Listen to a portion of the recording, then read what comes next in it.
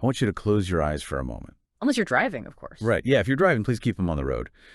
But for everyone else, just let the world fade out for a second. It's just absolute darkness. Exactly. Not the darkness of a bedroom with the lights off, but the crushing, suffocating blackness of being deep underground. Or maybe on a desolate island. Yeah, an island shrouded in this perpetual thick mist where the sun hasn't been seen in an age.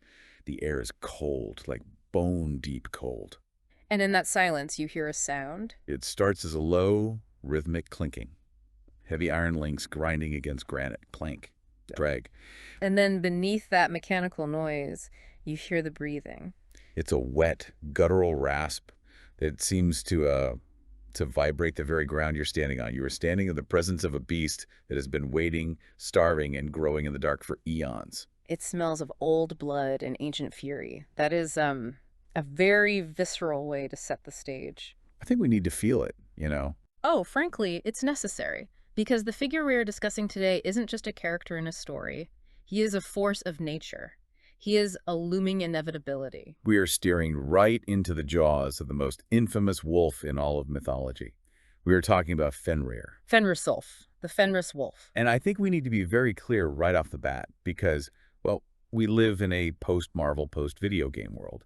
This isn't just a big dog. Definitely not a misunderstood pet. No.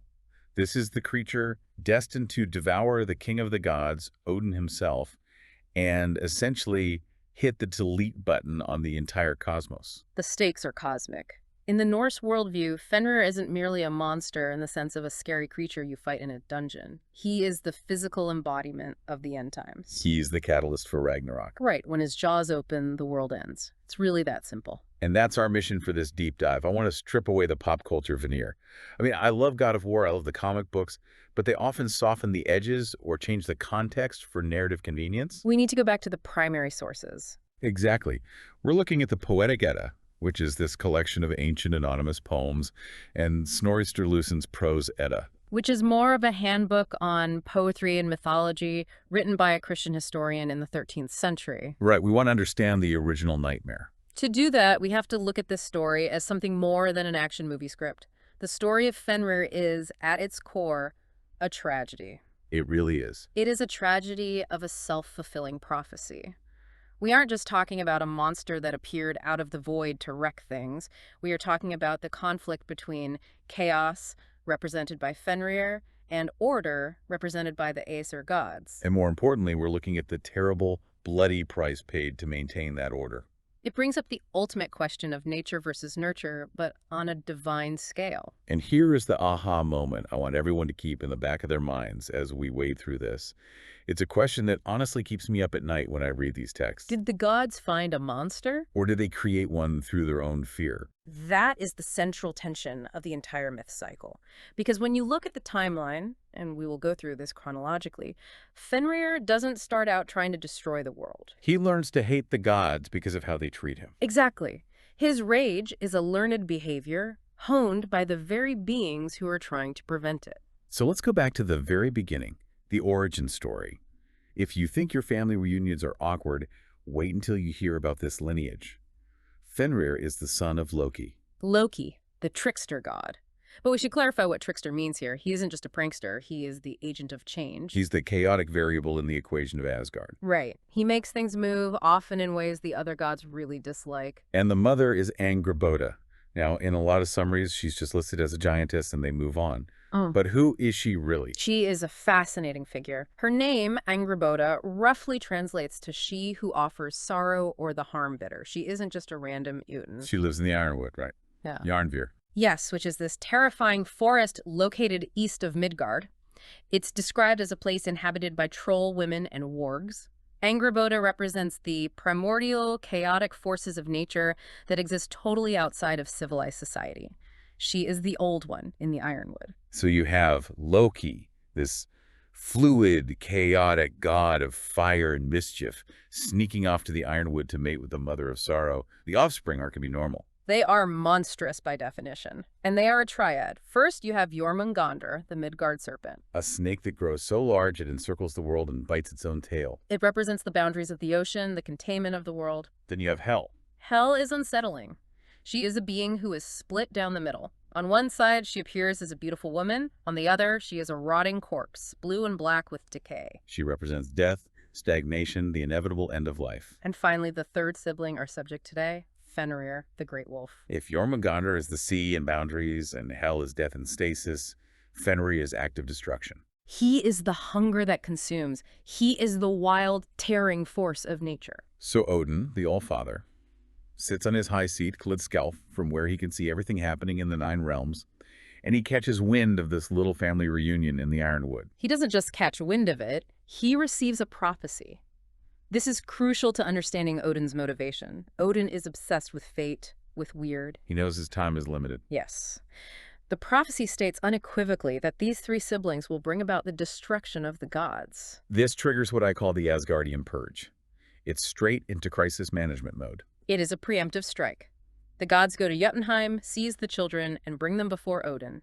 And Odin passes judgment. Hel is cast down into Niflheim to rule over the dead. She is given a job, essentially. Keep the dead contained. Jormungandr is thrown into the deep ocean. Which, ironically, allows him to grow until he surrounds the earth. That's the first real irony of the myth. By trying to drown the monster, they gave him the perfect environment to become a world-ending threat. If they'd kept him in a fishbowl, maybe he stays small. But in the ocean, he becomes the world serpent. But then there's Fenrir. They don't vanish him. They don't throw him off a cliff. They bring him home. They decide to raise him in Asgard, among the Aesir. Why? I mean, if you throw the snake in the ocean and the girl in the basement, why keep the wolf in the living room? This is a subject of intense debate among scholars. One interpretation is that the gods, in their arrogance, thought they could domesticate him. It's the hubris of order, thinking it contained chaos. Exactly. If we keep him close, we can watch him. We can control him. Wolves are pack animals, after all. Perhaps they thought they could integrate him into the pack of the Aesir. Keep your friends close and your world-ending wolf monsters closer. Precisely. But there might be a simpler, more primal reason. Maybe they were just terrified of losing track of him. If you banish him to the wild, he grows up in the wild, unseen. Unheard until he comes knocking on the door. By keeping him in Asgard, they have eyes on him all the time. But this decision backfires spectacularly. This leads us to the growth phase. Because Fenrir doesn't stay a cute puppy for long. No, the prose edit tells us he grows with terrifying speed.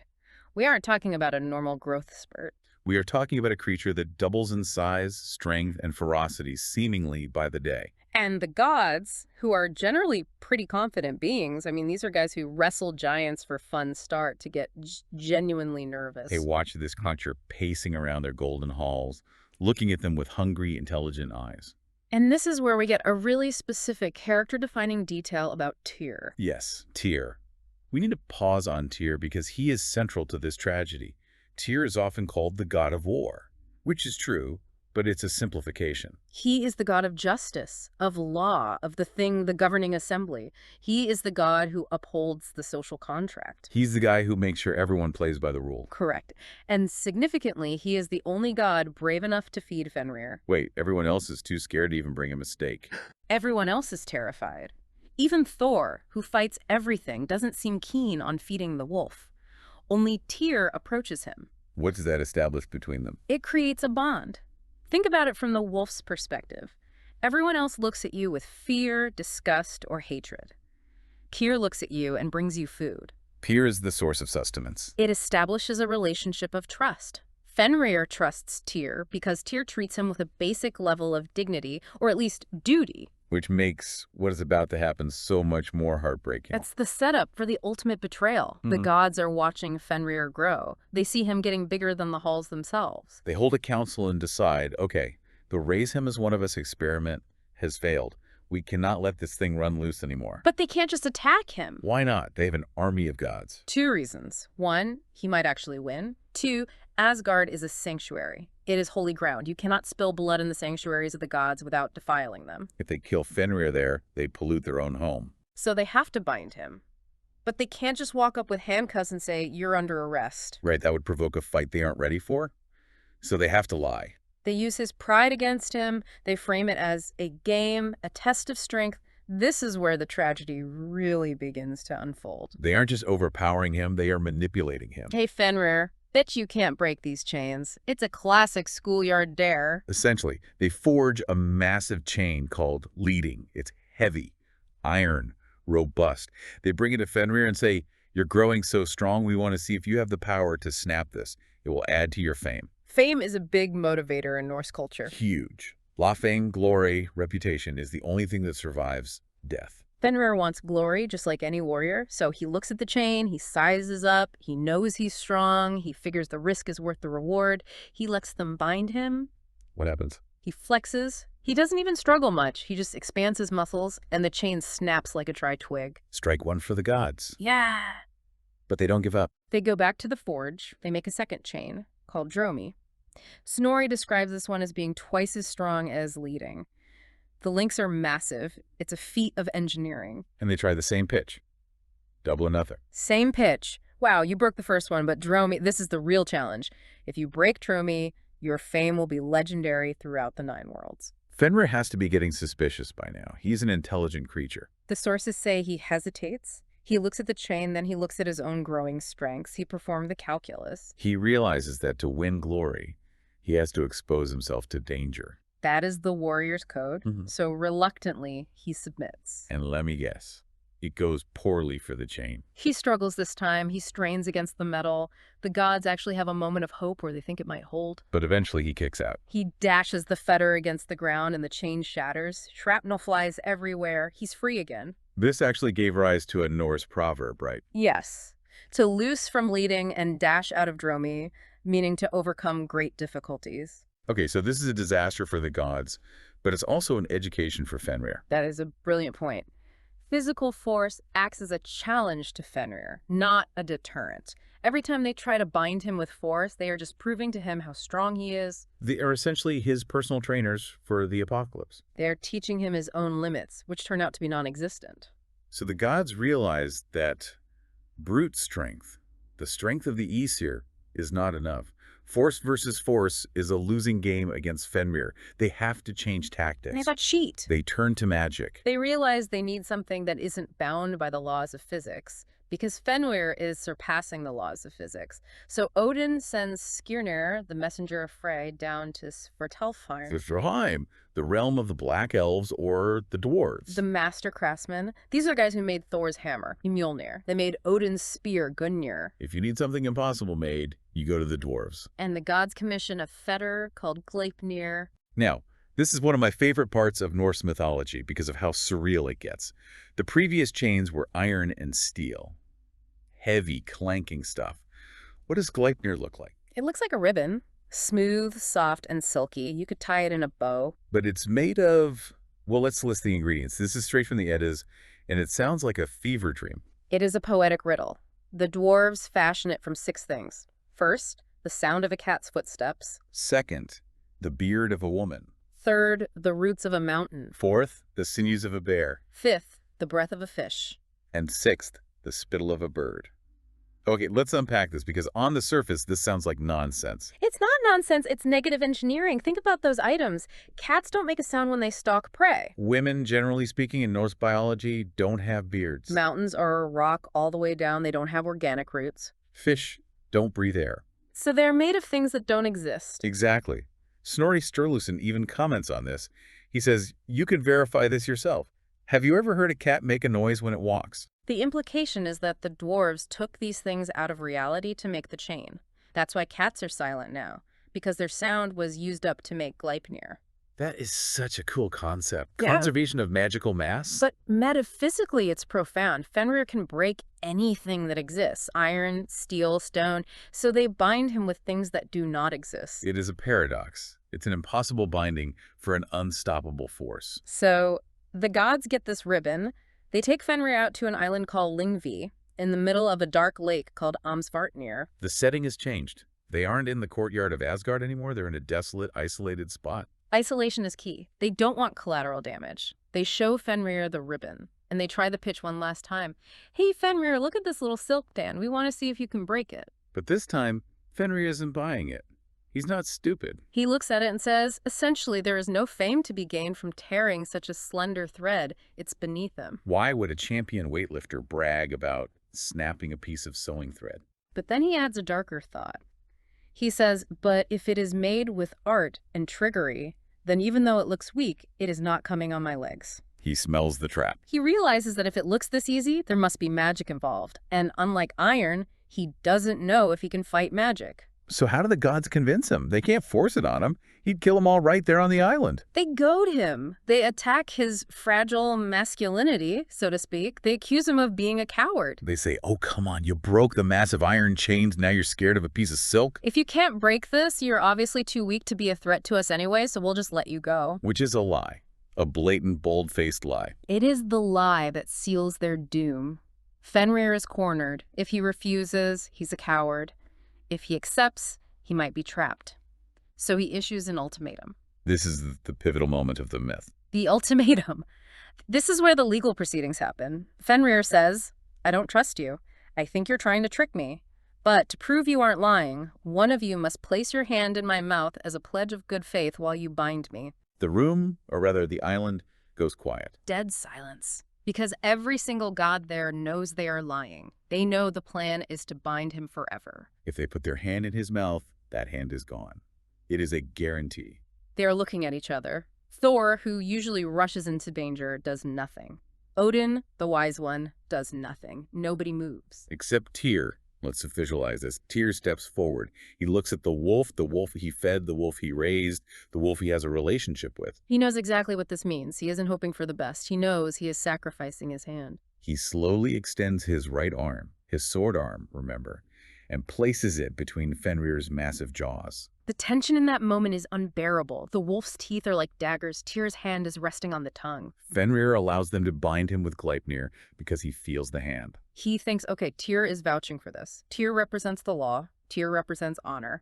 Tyr has never lied to me. It's the ultimate validation. And then Fenrir begins to struggle. He kicks. He strains. But Gleipnir is magic. The harder he kicks, the tighter it gets. it doesn't snap. It hardens. It cuts into his fur. He realizes he's trapped. He looks at the gods. He looks at them, expecting them to release him. He expects them to say, okay, you win. We can't break it either. Let's get you out.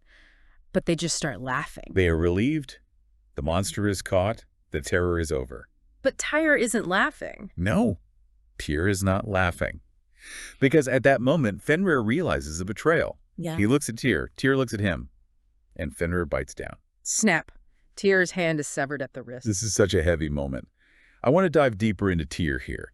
Because usually when we think of a war god, we think of glorious battle, two hands on a sword, conquering enemies. What does it mean for the Norse god of war to be missing a hand? It changes his entire identity. You have to remember, historically, Tyr or Tiwaz was likely the original Sky Father before Odin rose to prominence. He is an ancient deity of structure. By losing his hand, he is losing his ability to hold a sword, yes, but he is also fulfilling his ultimate function as the god of the thing. The thing being the assembly where legal disputes were settled. Right. In Norse culture, oaths and legal contracts were everything. By placing his hand in the mouth, Tyr is swearing an oath. He is technically keeping his word. He provided the collateral. But he is also participating in a lie. It's a paradox. To save the order of the world, the god of honor had to perform a dishonorable act. Exactly. It creates a concept of moral injury. Tyr sacrifices his personal honor and his physical wholeness for the collective safety of the clan. It symbolizes that maintaining order and safety requires sacrifice. Sometimes you have to give up a part of yourself to keep the chaos at bay. It's a very sophisticated, dark political commentary embedded in a myth. It's the dirty hands problem in ethics, literally. Literally. Tyr's the only one willing to get his hands dirty, or in this case, lose one to save society. And note the reaction of the other gods. They laugh. They are relieved. Tyr stands there bleeding, silent. He bears the cost that allows them to laugh. So Fenrir is bound, but he's not dead, Yeah. and he's definitely not happy. The gods take the end of the ribbon, which is called Gelja, and they pass it through a massive stone slab called Gjöll. They bury the stone deep in the earth. Then they take another rock, Thvidi, and drive it even deeper to anchor it. And Fenrir tries to bite them while they do He this. snaps at them constantly. So they take a sword. Some say it belonged to Tyr, adding insult to injury, and they thrust it into his mouth. The hilt rests on his lower gum, the point on his upper gum. It props his mouth open. He can't even close his jaws. He is gagged with the sword, and he howls. The text says foam runs from his mouth and forms a river called Vaughn. Vaughn. What does that name mean? It translates to expectation or hope. That is incredibly eerie, a river of expectation flowing from the bound monster. It implies he is waiting. He is expecting something. He is biding his time. And that brings us to the waiting game. He stays there for a long time, ages, while the gods go back to their golden halls and drink and feast, thinking they've solved the problem. But have they? No. Connect this back to the shadow concept we mentioned earlier.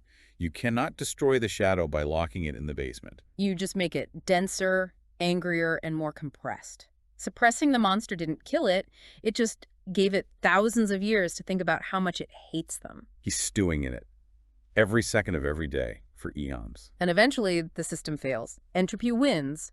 Ragnarok comes. The twilight of the gods. The Thimble winter hits 3 years of winter with no summer in between. Brother fights brother.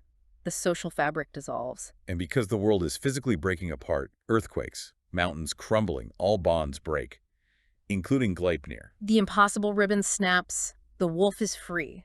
And the description in the Völuspá, the prophecy of the Seeress, is terrifying. It doesn't just say he runs around biting people. It says his lower jaw is against the earth and his upper jaw is against the sky. The text adds, he would open them even wider if there were room. He consumes the horizon. He isn't just a wolf anymore. He is a void.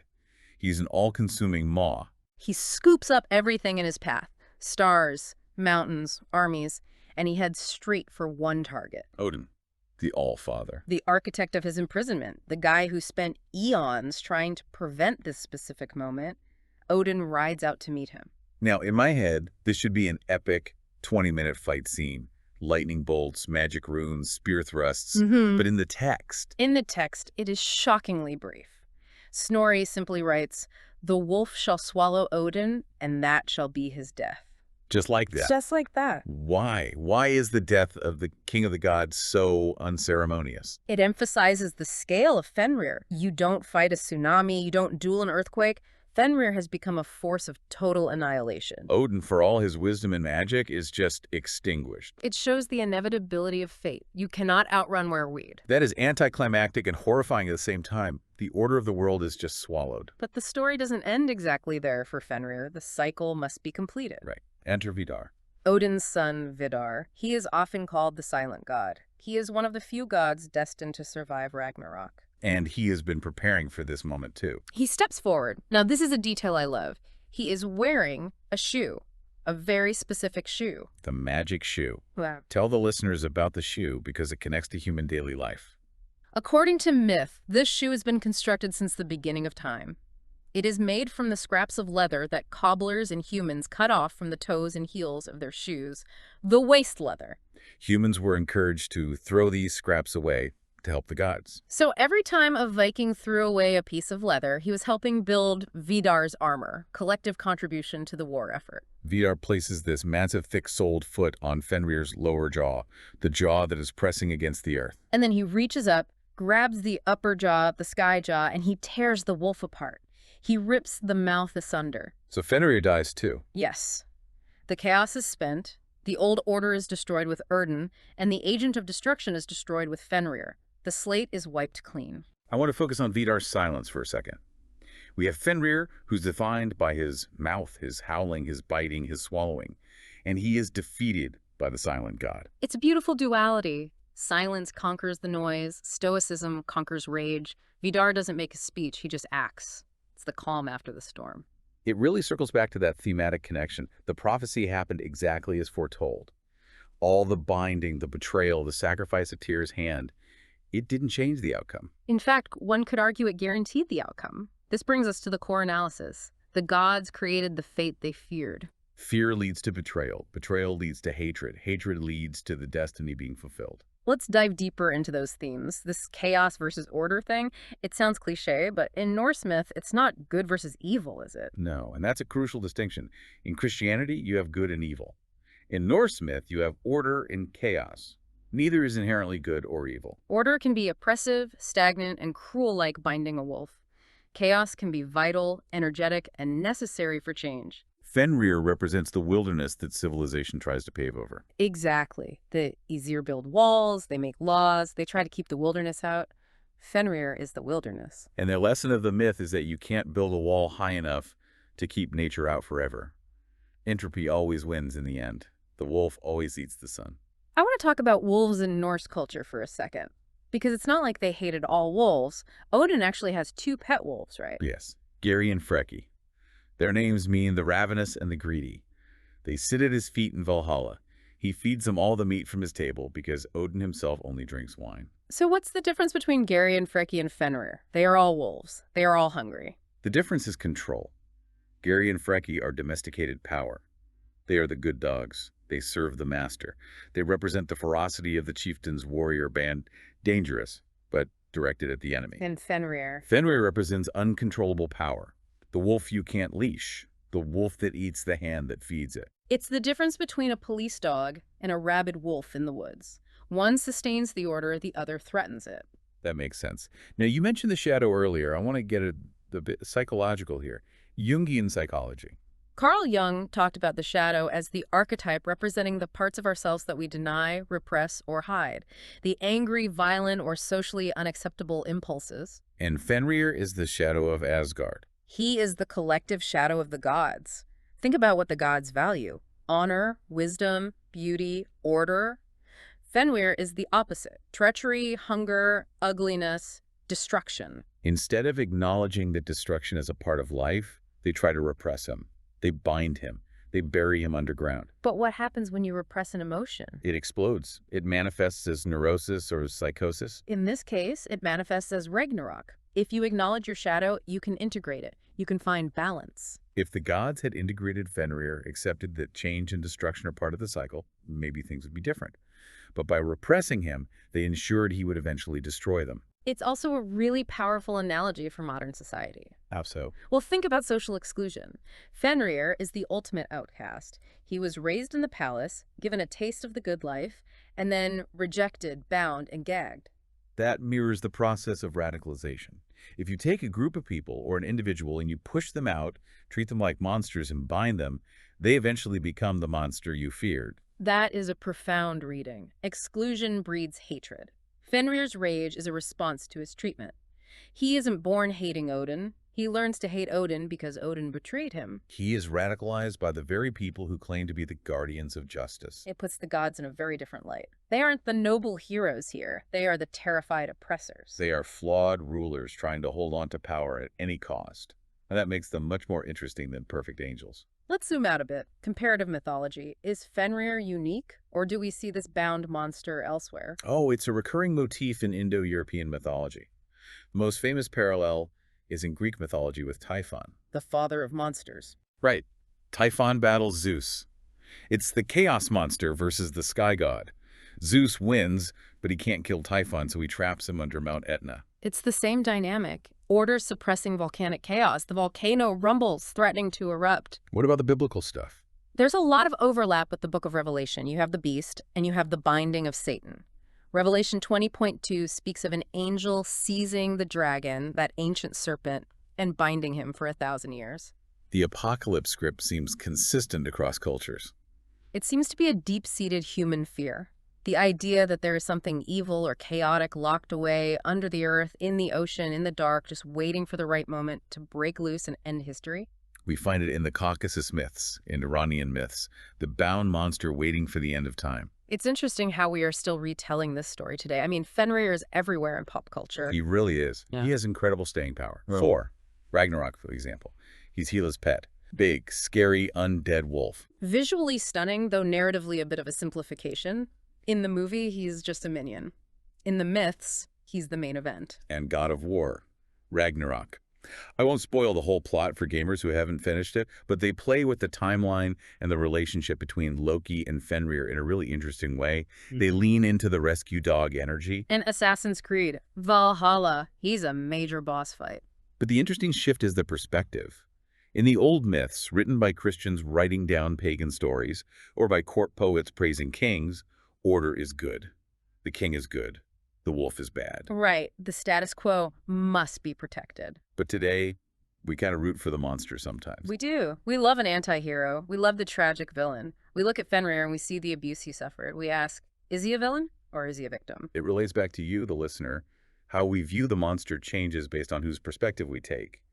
If you are Odin, Fenrir is a nightmare that must be caged. If you are Fenrir, Odin is a tyrant who betrayed your trust. And that ambiguity is what makes the story endure for 1,000 years. It's not black and white. It's gray. It's messy, just like real life. So what does this all mean? Let's recap the journey we've been on. We started with the birth of a creature that didn't fit in, the offspring of mischief and sorrow. We saw the gods react not with compassion, but with fear and calculation. We saw the escalation, from adoption to the broken promises of Lading and Dromi. We analyzed the metaphysical trap of Gleipnir, the paradox of binding reality with unreality. We witnessed Tyr lose his hand, the high cost of keeping the peace and the moral injury of the lie. And finally, we saw the inevitable release, the destruction of the old world to make way for the new. It's a heavy story, but it's an important one. It teaches us about the consequences of our actions. You cannot simply bury your problems, your fears, or your mistakes and expect them to vanish. They grow in the dark. I want to leave everyone with a final thought, something to chew on while you're driving home or folding laundry. We talked about the creation of the monster. The aha moment we mentioned at the start. Exactly. I want you to imagine a different version of this story. Imagine if, when Fenrir was a puppy, Odin hadn't looked at him with fear.